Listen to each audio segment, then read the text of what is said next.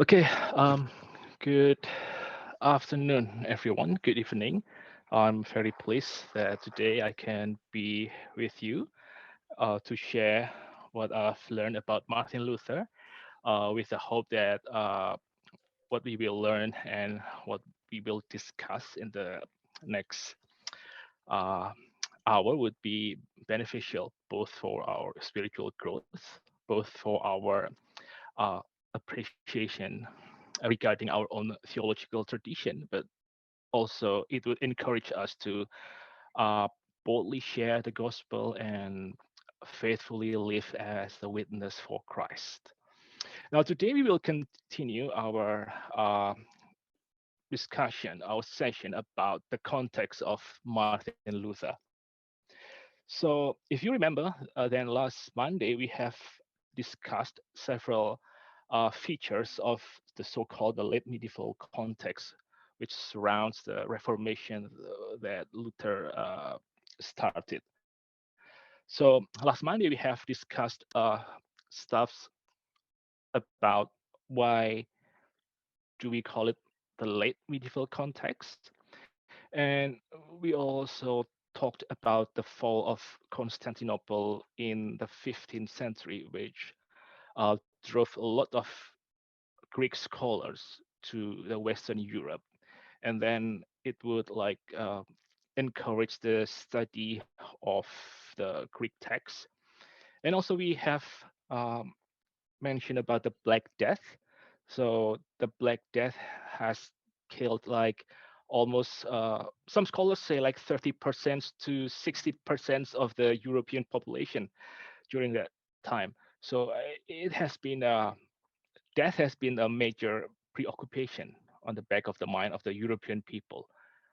And then we also mentioned about the corrupt practice of the church. There was a time when the church, the Western church, had three popes at the same time.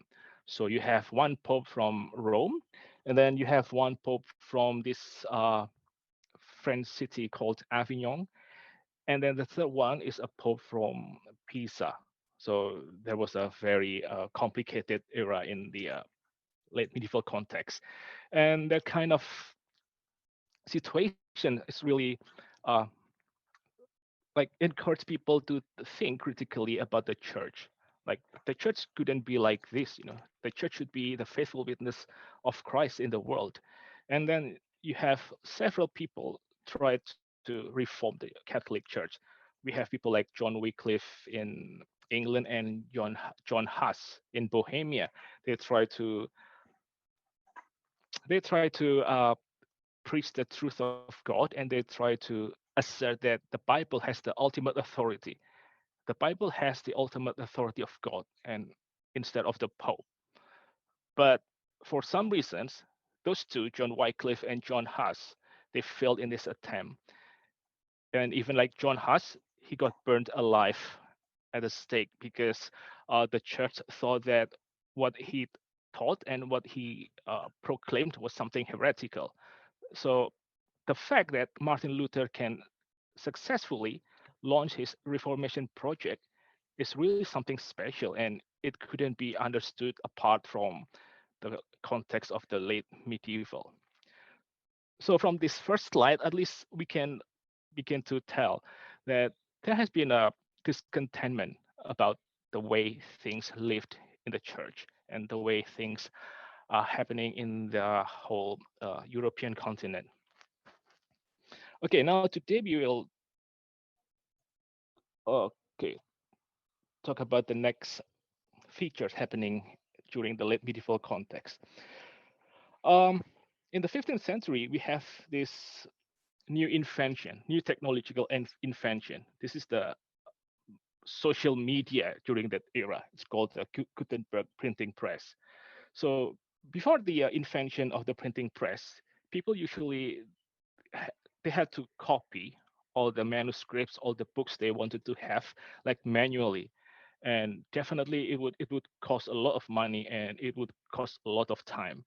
And plus the fact that not everyone could read during that time, it makes that the Bible itself, written in Latin language, not in German. It's something very rare to have. Even like Luther himself, he started to read the Bible during his study in the monastery and in the Wittenberg University. Yeah, but the fact that God has put the Gutenberg printing press in the 15th century, that's like a preparation for the Reformation. Because when Martin Luther launched his Reformation project, one of his tools to spread this Reformation idea is through the Gutenberg printing press. Yeah, so this is like I don't know, like perhaps Facebook and Instagram of our era. Yeah, but the next thing that we have to recognize is the movement called the Devotio Moderna. This is the Latin phrase. It means the modern devotions. So, what is this modern devotion? Well, basically because people they became discontent with the practice of the church. The lay people they started this lay movement. Basically, this movement wanted to rejuvenate the spirituality of the lay people's life. So this movement is trying to make people connected to God, and they put more emphasis on personal piety, and they also have this inclination of being like anti-intellectual. Now we will talk about the anti-intellectual side of this movement later. But yeah, the uniqueness of this devotion moderna is they try to assert the idea that you can actually connect to God. You can like relate to God personally, even without the mediacy of the church. Let's put it that way. So this has been something developing in the mind of the people. And Luther, when he lived in Germany, he also read this so-called like German mysticism book called the German Theology. So the German Theology is basically a mystical book which also had the same idea with Devotio Moderna, meaning that man can have this direct relationship with God without the yeah mediacy of the church, mediatorship of the church and the Pope and the whole church structures. So why did the Devotional Moderna happen? Because during that time, the I think the dominant way of approaching the truth, the dominant way of approaching the scriptures is by the method called scholasticism. So scholasticism is trying to approach the scripture, to approach theology, to try to understand God by the means of reasons. So scholars are encouraged to debate. They are encouraged to build the arguments, and they are encouraged to uh, read the commentaries and try to build their own system. So it was a very pedantic approach to the scriptures. It emphasized more on the analytical level and less on the heart. On the other side, we also have the tradition of the monastic life, as opposed to the monasticism. The monastic approach try to see the scriptures, try to read the scriptures with a prayerful heart, with a meditative approach, with a contemplative approach, reading to the scriptures. So actually, devotional moderna is flowing from this monastic life, and it tries to spread the practice of the monastic life to the lay people to rejuvenate their spirituality, to make them understand that they can relate to God like directly without any uh, pedantic method of scholasticism. And Luther breathed that kind of situation during the late medieval context. And the next one we have the so-called the Renaissance or humanism. So what is the Renaissance or humanism movement? Well, basically, this is like a movement to uncover the the treasure that the Western culture have. This is like a movement trying to go back to the heyday of the Greek and Roman culture back then, because in Italy, uh, there were a lot of new cities and a lot of states like coming up to appearance, and they try to find a good model how to build a city, how to live your civic life, and then the golden standard of doing the politics of living a city life is by looking to the Greek and Roman heyday. So they're trying to read a lot of Greek resources, and they have this kind of uh, what you call it idiom. It's called ad fontes. It means going back to the source. So they are not satisfied with just reading the Latin translations of the Bible. They are not satisfied with just studying the Bible by looking at the commentaries, but they really wanted to read the Bible in the original language. And again, part of the motivation, part of the energy which drove the Renaissance movement is the fact that previously Constantinople had fallen in the East, and the scholars just went to the West, turned a part of the Europe, and they bring with them all the resources of the Greek literature and the Greek language and the Greek study and anything Greek they brought to the Western. So the fall of the Constantinople is very, very significant if you want to understand the Reformation. And the next one is the so-called the Holy Roman Empire. So one of the reasons why Luther successfully launched his Reformation project because of his political context where he lived. The so-called Holy Roman Empire is basically this empire located in the Western Europe, which uh, which had this empire. I mean, which had this emperor, whom are elected by the so-called electorals. So you have seven electorals. You have seven electors who have the right to elect who's the next emperor to rule in the Holy Roman Empire. And one of the electors is called the Frederick the Wise. And when Luther launched his Reformation, Luther was living in this city, in this German city called Wittenberg.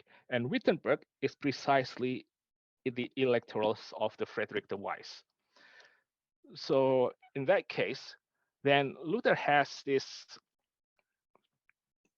protection from Frederick the Wise. He has this protection from these electors because there has been an appointment. I mean, there's been what do you call it? A covenant that other electors they couldn't just invade another electorals. That would be an aggression. So the fact that Luther launches his Reformation project in Wittenberg, which happened to be in the jurisdiction of Frederick the Wise, who himself is one of the elector of the Holy Roman Empire, that's a very significant because it means that Luther has this political protection, and Luther also has this financial support from Frederick the Wise. And this is very interesting because Frederick the Wise and Luther, they never met like even once during Luther's lifetime. And this is something deliberate because Frederick the Wise, he didn't want to know Luther personally. He didn't want to meet Luther face to face, just in case something happened and Luther, I don't know, he had to be burned alive on the stake.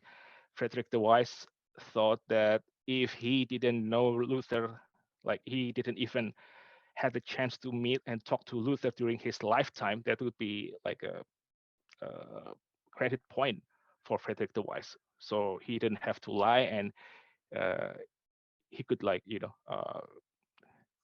had a exit, had a escape just in case things got worse. Oh, this is one of the important part about the context of the late medieval era. So how did people think about God during this era? In contrast to our era, where we always see that God and Jesus are always loving and always merciful, and always have this like open hands to welcome anyone who comes to God and Jesus, just like the statue in Rio de Janeiro. Jesus always opened his arm ready to welcome anyone who wants to come to him. During that time, the people in the late medieval era had a very different pictures. So they thought God and Jesus as the fierce and merciless judges. So that's why when Luther was about to be stricken by the lightning on the way home to Erfurt, Luther cried to Saint Anne. He didn't he didn't cry for help to Jesus, or he didn't cry for help to God. Because why? Because during that time it was unthinkable for you to cry to God or Jesus for help, because Jesus and God, they are ready to judge you with a severe punishment. So that's why Luther, together with the whole people during his era, called to Saint Anne. And who is Saint Anne? Well, the legend says, or perhaps church history says, that Saint Anne is the mother of Saint Mary, who is the mother of Jesus. So Saint Anne is a very special saint during that time, because it means Saint Anne is the Holy Mother of the Holy Mother of the Holy God. So that's Saint Anne. And that explains why Saint Anne was like worshipped, and she was like appointed. She was chosen as the patron saint of the miners. Luther's father, Hans Luther, was a miner, and they had this Saint Anne as their patron saint, because as you work as a miner and you try to unearth all the precious stuff from earth, it's like similar with Saint Anne, who gave birth to Mary and who gave birth to Jesus. So that's why Saint Anne was chosen as the patron saint for the miner's job. So again, how did they picture God during the late medieval context? God and Jesus, they are fierce and merciless judges. And in order for you to approach God and Jesus, you need a mediator. You need someone else who has more compassion. And who could be the better choice other than Saint Anne and Saint Mary? So that's why Saint Anne is very important in Luther's life. And now we discuss the second one, the sacrament. So the sacraments was very important for your salvation during the late medieval context. Because why? Because God, when God wants to give His grace to you, God didn't give His grace to you directly, according to the medieval church, Catholic medieval church. But when God wanted to give you grace, God gives His grace to the church first, and then the church will distribute God's grace through the sacraments. So the sacraments is very important for the medieval people. Because why? Because without the sacrament, you couldn't have you couldn't possibly have the other means to have God's grace. So there are 7 sacraments in the Catholic Church, and every sacrament is very important. But especially important is the sacrament of baptism, because the sacrament of baptism is the first sacrament that anyone could receive. Anyone could receive. And what the sacrament of baptism did is it cleanses you, it weakens the original sin which we sinners inherit from Adam. So the sacrament of baptism is like weaken the original sin, and that's very important. As someone is baptized, then God infuse his grace through the sacrament into your life. And you are enabled to be in the state of grace, and you are enabled to work out your best to satisfy God's standards. So the late medieval theologians, they still believe that men are saved by grace. But the difference with Reformation is Reformation would say that men are saved by grace alone. But still, the late medieval church, they believe that God gave his grace, infuse his grace. That's the word.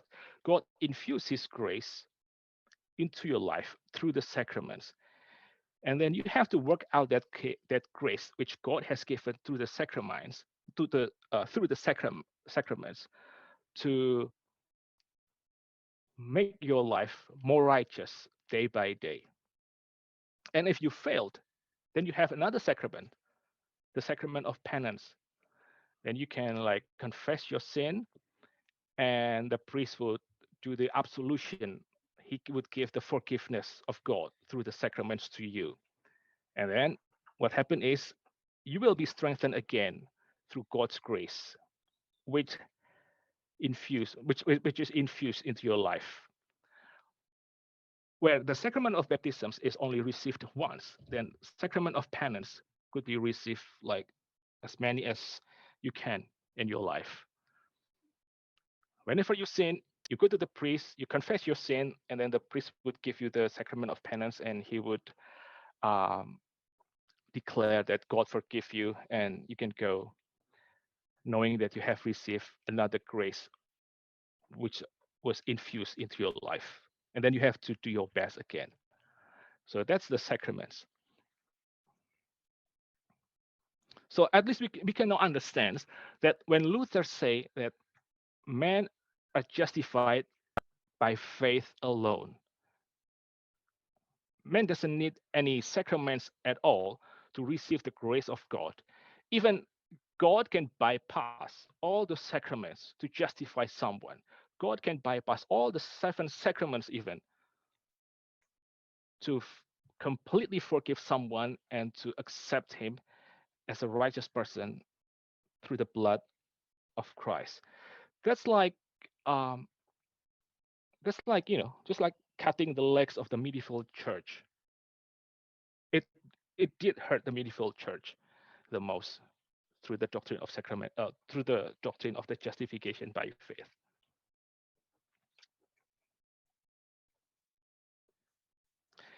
And the third one that we have to talk about regarding the theology of the late medieval context is the doctrine of the the so-called purgatory. So what is the purgatory? So the purgatory is like the uh, let's say intermediate state between between the life you live now and heaven. So if you have tried to live your best after you receive the infused grace from God through the sacraments, and then you finally die, and then after the final judgment, it is declared that you're not pure enough to enter into heaven. Then what happened is uh, the judge, I think God, would send you to the purgatory. It's like the place where all your impurity would be purged and cleansed. For how long?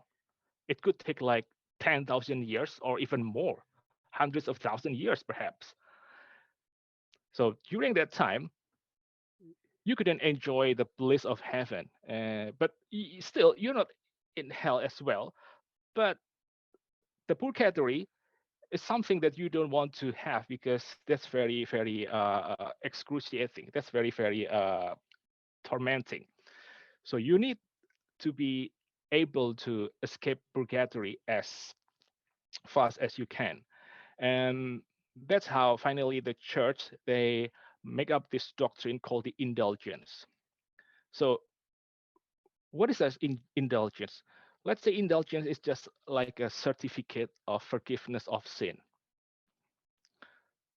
So when you buy the indulgence, let's say for yourself, then the church would declare, okay, because you have buy the certificate of forgiveness of sins, then when you die, then your time that you should spend in purgatory would be deducted like 10,000 years.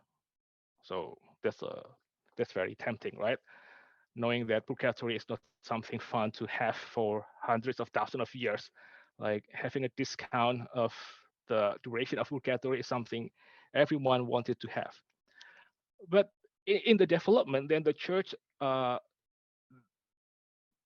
they come up with this very creative idea. So the indulgence didn't apply only to the living, but the indulgence can also apply to the dead.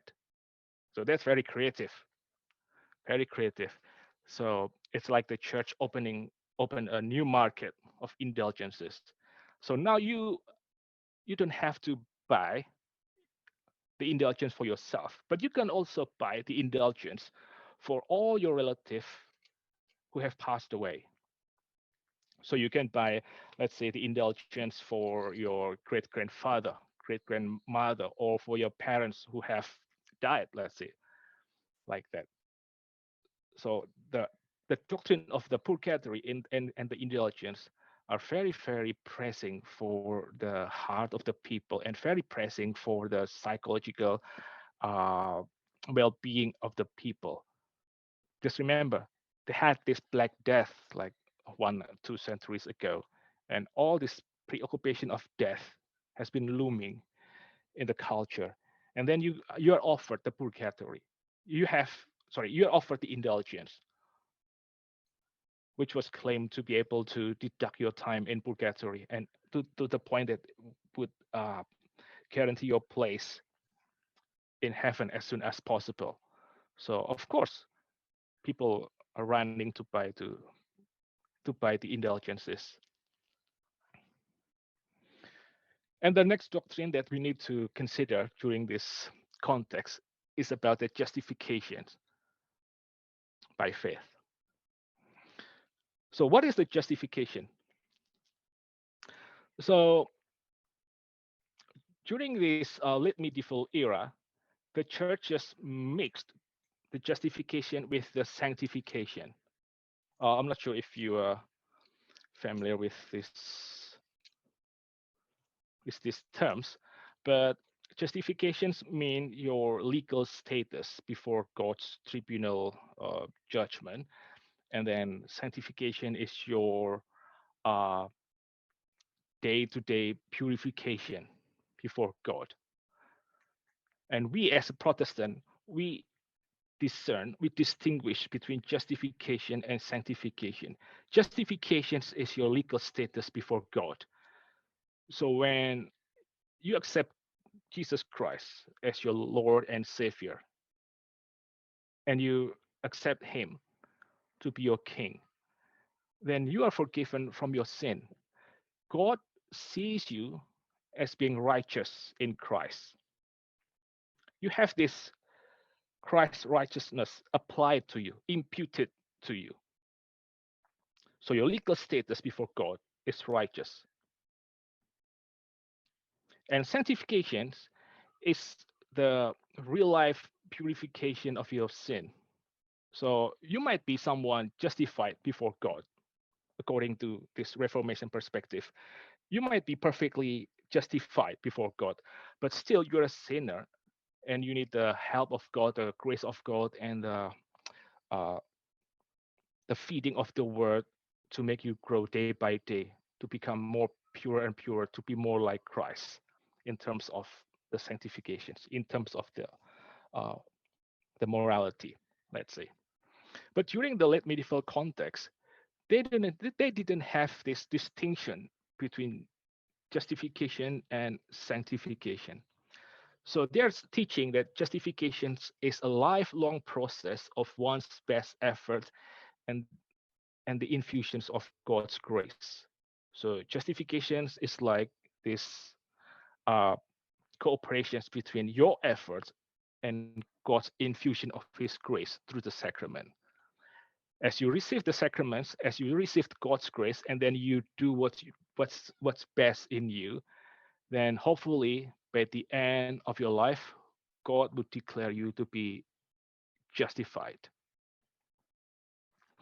Justification is a process of a growing righteous through the impartations of Christ's righteousness through the sacraments. So that's the justification by faith.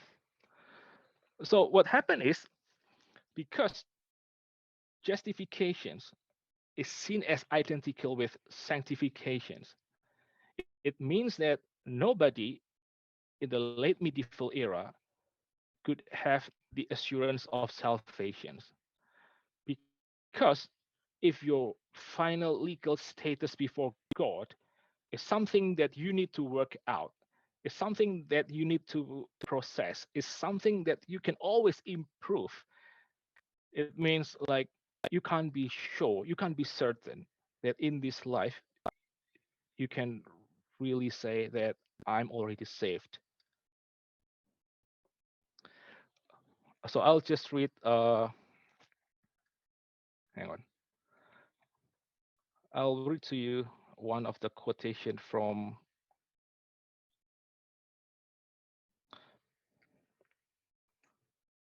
the trial of John the Ark in 1431. So this is what the church say about John the Ark. This woman sins when she says she is as certain of being received into paradise as if she were already a partaker of glory, seeing that on this early journey no pilgrim knows if he is worthy of glory or punishment, which the sovereign judge alone can tell. So that's the trial against John the Ark. The church say that the heresy of John the Ark, one of them is John said that she had this certainty of being accepted by God in heaven. And that's like a heretical views according to the church. And after the Reformations, there's this anti-Reformation priest called Robert Bellarmine. And Robert Bellarmine says that the greatest blasphemy of the Reformations is about the assurance of salvation.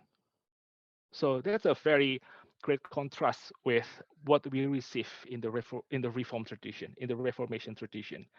We, as the children of the Reformation, we can safely say that if I die today, definitely I will go to heaven. I would be with Jesus by the second I close my eyes. So one of the song that I really like is the song by the so-called Charles Wesley. It's called the the the title of the song is called the "And Can It Be?" And can it be that I should gain? And listen, this is the last verse of the song. No condemnation now I dread. Jesus and all in him is mine. Alive in him my living head, and clothed in righteousness divine. Those sentences are something that no medieval man can ever say. No one can say, no condemnation now I dread. No one can say that Jesus and all in him, all in Jesus is mine. No one can say that now I'm clothed in righteousness divine. I'm clothed with the righteousness of Christ. That's something that no one can say during the medieval era. And the next lines, bold I approach the eternal throne.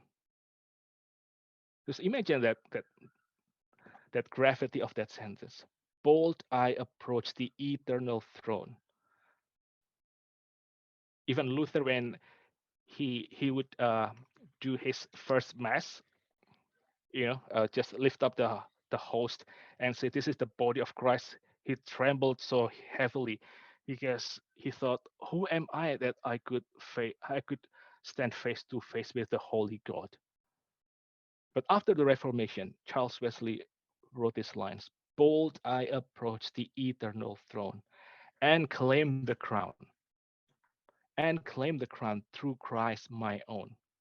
My Christ, my own Christ, is the cause which I can claim my throne before before the judgment of God.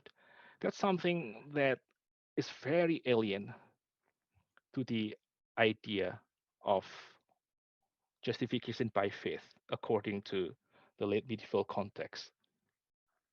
So again, as we live our life as Christians, especially as we claim ourselves as the children of the Reformation, we have to be we need to grow more appreciative the fact that 500 years ago Luther did the Reformation and it was successful. And we, as the children of the Reformation, we can inherit one of the fruit of the Reformations. We can have this conviction that if I'm now in Jesus, that if I believe in Jesus, then I have Jesus' righteousness imputed into my life. I don't have to work out my own salvation. I don't have to I don't have to earn my salvation. I don't have to achieve my righteousness because my righteousness, my legal status has been finished, has been completed, has been fulfilled by Christ's blood on the cross.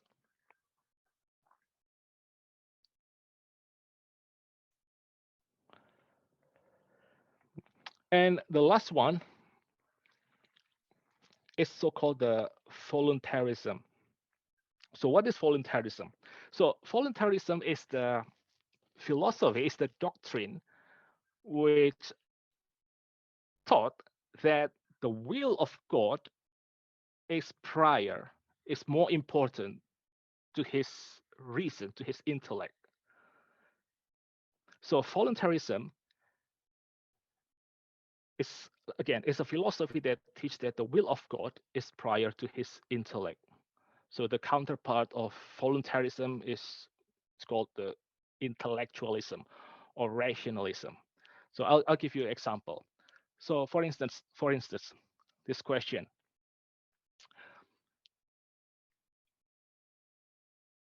when God says that something is good, the question is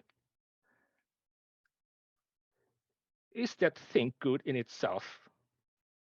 That's why God recognized the thing as good, which is intellectualism or rationalism. Or did God say that thing is good? That's why God recognized it as good. So that's a very fine line. I'll try to repeat it again. So if something is good because in itself it is good, and God recognized that it is good as the result of that thing being good in itself. Or second, did God decide that this is good, and that's why God recognized this thing as good. Another example, in terms of predestination, did God chose someone to be saved, and that's why God knows that person would believe in Jesus, voluntarism, or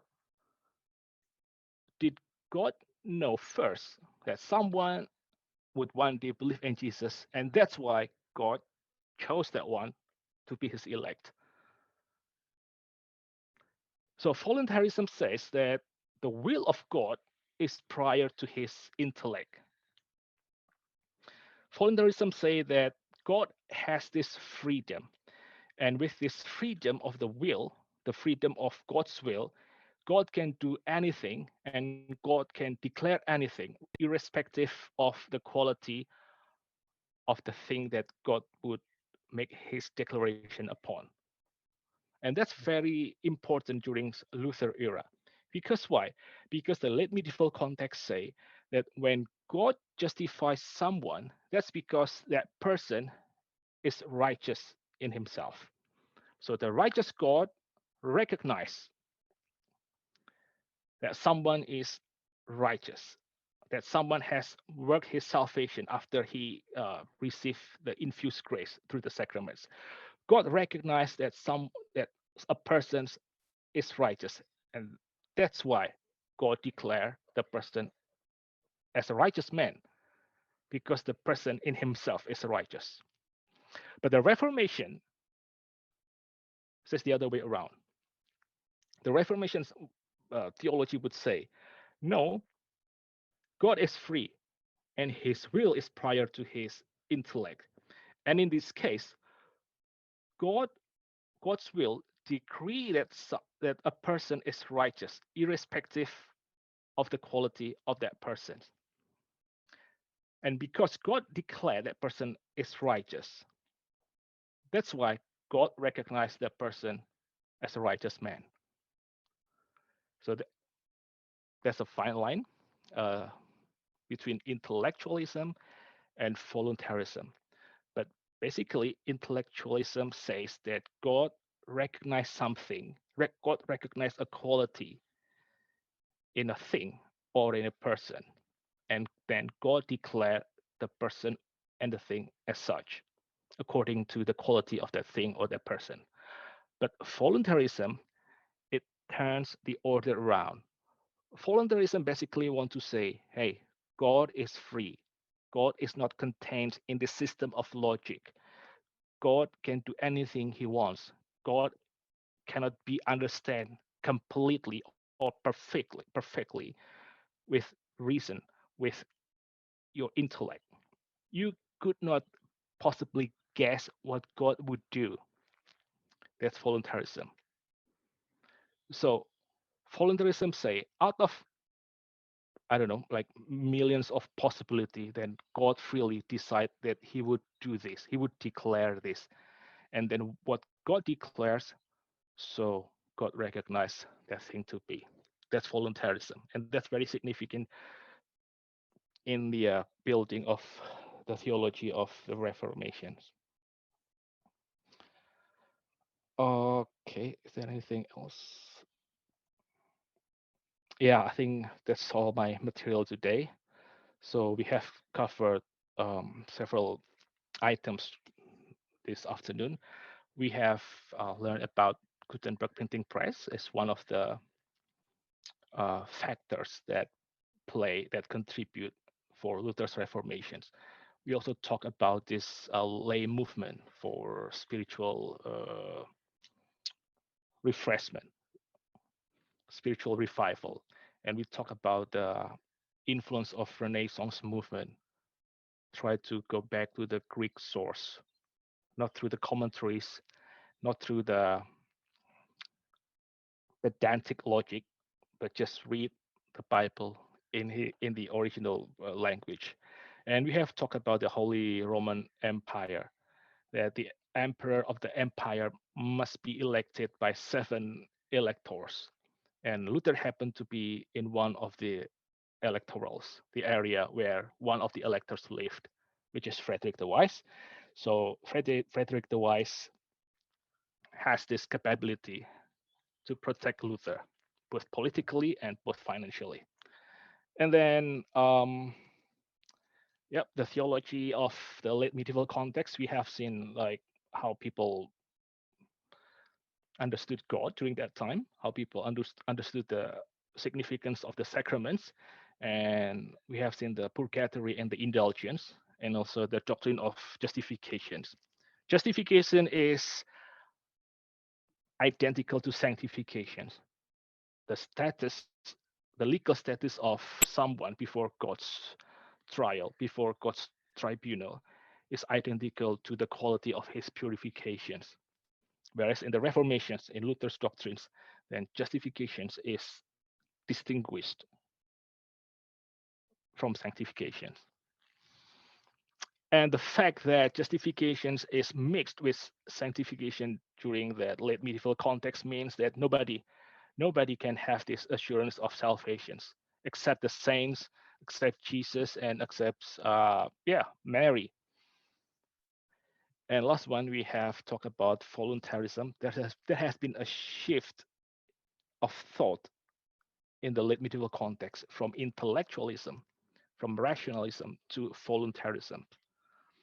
The freedom of God is emphasized in voluntarism. God can freely decree anything. God can freely choose to declare anything as such, and then God would recognize that thing as such. Okay, that's my presentation. Thank you for bearing with me. Is there any question or clarification that you would like to ask?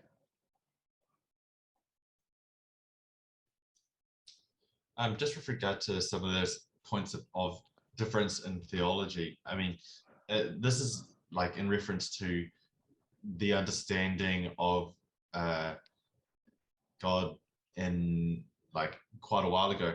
I was just wondering if you knew the Catholic Church's position on these points um, now. Like, have they changed their view on, for example, purgatory and indulgences, um, or any of the other ones? Ah, that's shame on me. I haven't checked what's the recent positions of the Catholic Church in this area. But uh, I think definitely they still hold the same positions regarding the sacraments. That the sacraments is something very vital to weaken the original sin and to be the means through which God would infuse His grace to your life. So that's why, like, if you're a Catholic, definitely you would go through almost all the sacraments until the last one before. Yeah, yeah. Is there anything you want to add, Eugene? The I'm doing a quick search on the indulgence. Because I feel like purgatory indulgences doesn't it looks quite bad at the moment, and I'm not sure if the Catholic Church still kind of requires their members to buy indulgences as, you know, as in the same way you described Oh 500 yeah, yeah, years ago. yeah. If I'm not mistaken, I have to double check again. I think after this Council of Trent, they no longer sell the indulgence. The Council of Trent is the Catholic council uh, as a response to the Reformation. So that's the anti-Reformation movement happening in the Catholic Church. And because of the Reformations, the Catholic also tried to purify itself. Yeah, So but I don't they think. too had a bit of a reforming of themselves. Yeah, yeah, yeah, yeah. Uh, So even like when Martin Luther he launched the Reformation project, Martin Luther didn't have this intention to separate himself from the Catholic Church. Like he really wanted to, just reform the church. Like even when he nailed the 95 theses on the church door of Wittenberg, uh, he still had this positive view about the Pope. Yeah, but the relationship uh, went worse after the Pope just published this the so-called papal bull, declaring that Luther is heretics and Luther can be put to death anytime soon. And after Luther received the papal bull, do you know what Luther did? He burned the papal bull in public.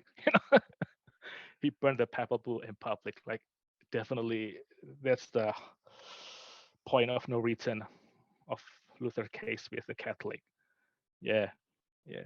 So Martin Luther is something very fun to learn about. Like he has this open personality. He's not like reserved. And when you read his writings, then he can speak very blunt and open. It's like once he said that one of the way for you to do the exorcism is by farting to the devil. You know, Martin Luther, and he praised a lot about his wife Katie, and he had a very high view of sex in the family. So yeah, he's something fun to read. Yep. Yeah, and he's one of the reformers who love drinking beer. He's a very fun guy. I think one of the theologian called Carl Truman. He wrote a book on Luther, a very good book. And I think in the book he said something like this: if I have to be in a isolated island, then I have this choice. Do I want to spend my whole life in the island with Luther, Martin Luther, or Calvin?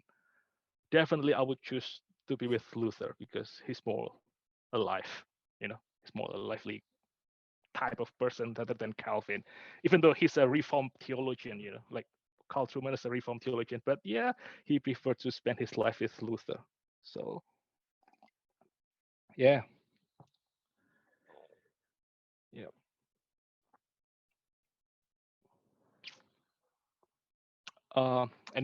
Any more questions? So I got a question. So how did the Catholic Yeah, Church come up? Simon. So how did the Catholic Church come up with these ideas such as purgatory and indulgences? Oh yeah, good question. I Like think who decides? Sorry, like who decides like how these ideas are like like used, and who has the authority to give these ideas? I guess. so. It is that's a very long history actually, because the idea of uh, purgatory is something that even some of the church father had this on their mind. And the church, the medieval church, they basically like just inherit this kind of thought in the history of doctrines. But not until the 14th century, through the papal bull, the official declaration of official decision of the church, the papal bull called the Unigenitus. So it established the dogma of the treasury of merit of the saints, which could be distributed by the Pope. So basically, this document, it's called the Unigenitus, say that Jesus and all the saints, they have this access of merits, like access of merits. They're just too holy, and that life and their life just produce a lot of merit, which is more than enough to be distributed to for everyone. So that's the doctrine of the treasury of the merits, because the church sees that some people, they are holier than others. And then finally, in the 15th century, then the church published another papal bull. It's called the Salvator Noster, 1476, and it connects the treasury of the merits with the financial gifts, the indulgence. So basically, it says that you can have the merits of the saints either through through the sacraments or through the buying of the indulgence, something like that. Yeah. So the indulgence is definitely motivated by financial gain by the church, because the church had a lot of things to pay. They had to pay for the building of St. Peter's Basilica, and they had to fund the. I think they're still at war with several countries. Yeah. Perhaps if we have chance, we would. I would like to talk about the anti-Reformation movement. There is this very interesting counter-Reformations order called the Jesuits, if you familiar. So it's very interesting if you read the lives of Ignatius of Loyola. Then you would find like somewhat similarity between Ignatius Loyola and Martin Luther. Like for instance, Ignatius Loyola, he believes that the love of God is greater than your sins, and you should be joyful enjoying the love of God. And Loyola also taught about that your Christian life is more than just the walls of the monastery. So you can be a Christian without necessarily being in the monastery as a monk. So there has been a, I don't know, something similar between Ignatius Loyola and the Reformation idea. And yeah, another interesting fact about Ignatius Loyola is he used to be a student in the University of Paris, where John Calvin used to study as well. But yeah, but it seems like there's no historical evidence that the Reformations directly influenced Loyola's thought. But I think that's something interesting that we need to talk about maybe in the coming weeks. Is there anything you find, Eugene? Just just to I don't know confirm, about the whether the Catholic Church now still sell the indulgence yeah, just to confirm, they have banned the indulgence at the Council of after Trent. the trend. Yeah, Yeah, yeah. So to clarify, like, is the indulgences like something that? So I think like before the church separated from the state, before when everything was church owned and operated, back in the medieval times. Is the indulgences sort of like used to sort of like take money from the people to fund certain projects? Is that why they came up with it? Yeah, yeah, yeah, So yeah. and for That's why. wars and Uh, things like that. Yeah. yeah, yeah. Because the church has been at war with the Muslims army for decades. So there has been crusades. I think there were like 12 crusades launched during the history of Western Church, and so that's why they need a lot of financial funding afterwards. Yeah, even during that era, I think uh, the Muslim had conquered some parts of Europe. So I heard from, I think I read from the history that after they conquered Constantinople, the next project that they want to do is conquering Vienna in Austria, but for some reasons they failed.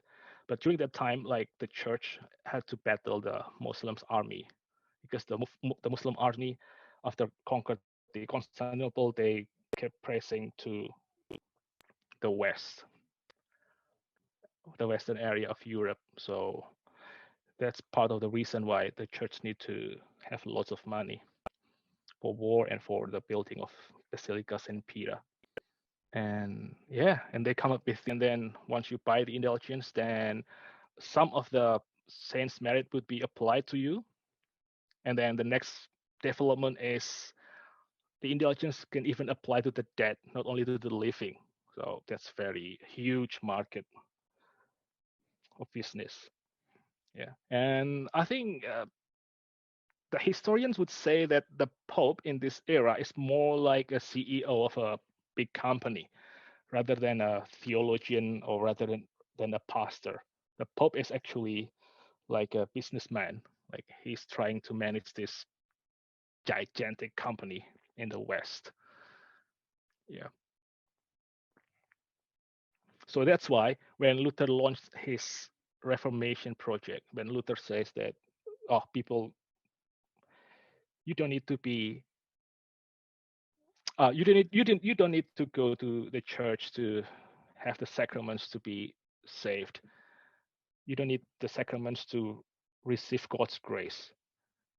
You can directly approach God through Jesus himself because Jesus has declared, I mean, has covered you with his righteousness and God has declared you to be righteous. So that's something revolutionary during Luther era because the medieval church, they believe that the so-called the righteous status is something that you would receive at the judgment day, God would declare you to be, yeah, to be righteous, like publicly, like openly. But what Luther did with his reformations is Luther is saying you can now even know that you are righteous. So Luther is like moving uh, the judgment of God from the judgment day into the present, if I may say. So you don't have to wait until the judgment day to know that you are righteous. Even now, today, you can know that you are righteous if you believe in Jesus. So Luther, in this context, he really, yeah, cut down all the sacraments. He really turned over all the concept of grace and justifications, and Luther really uh, give people the direct access personally to God Himself through Christ. Yeah, so again, as we have seen from the context, this is something that has been precedented before by the movement of Devotio Moderna, by the modern devotion, that people can have direct access to God. But yeah, the thing with Devotio Moderna is they didn't really provide the doctrines. They didn't really provide the argument, the understanding, the biblical foundations of how that could possibly happen in the dominance of the church theology, if I may say. Yep. But when Luther appeared in history, then he gave us the theological basis of personal relationship with God.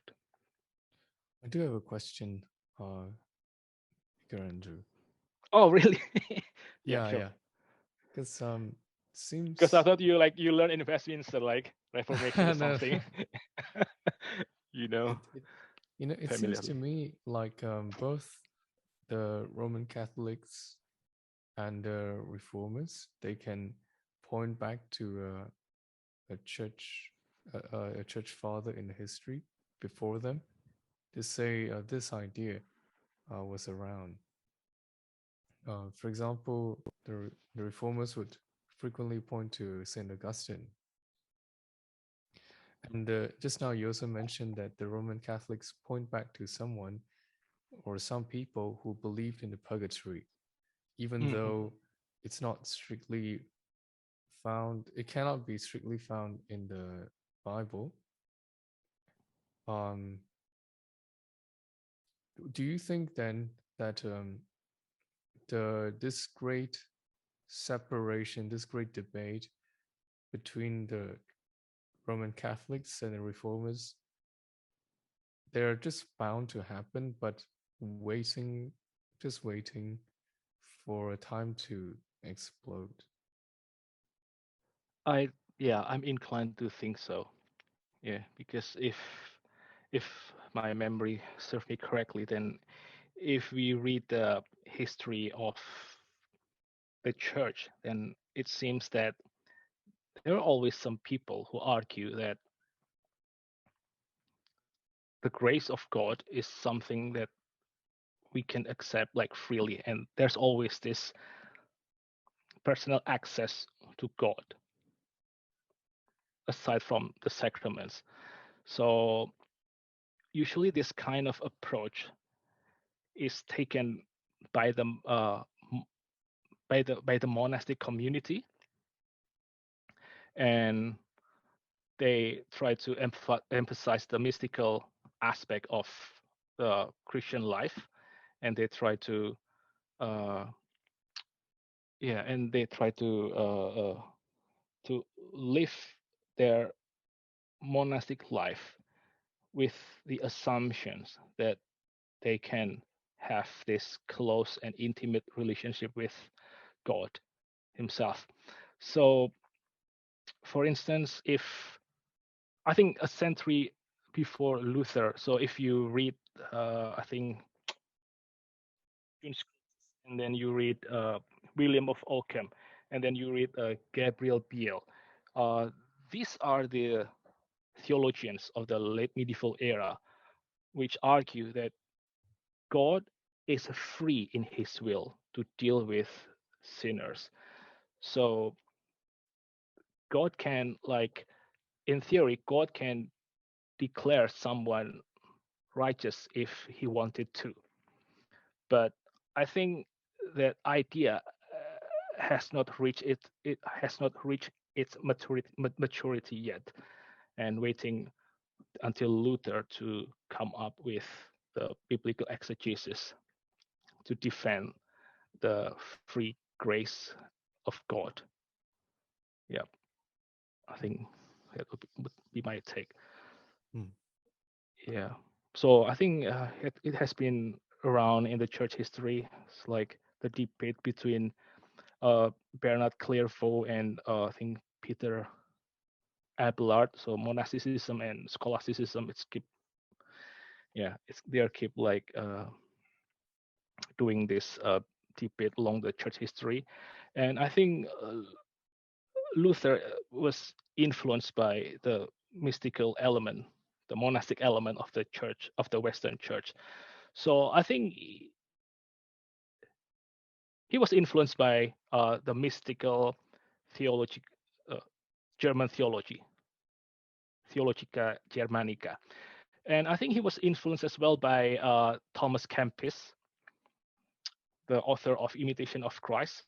And he was also influenced by Bernard, Bernard Clairvaux, who was a mystic in the 12th century. So that kind of strands really influenced Luther to see that there's a possibility to have this personal relationship with God without the help of the structure of the church, if I may say.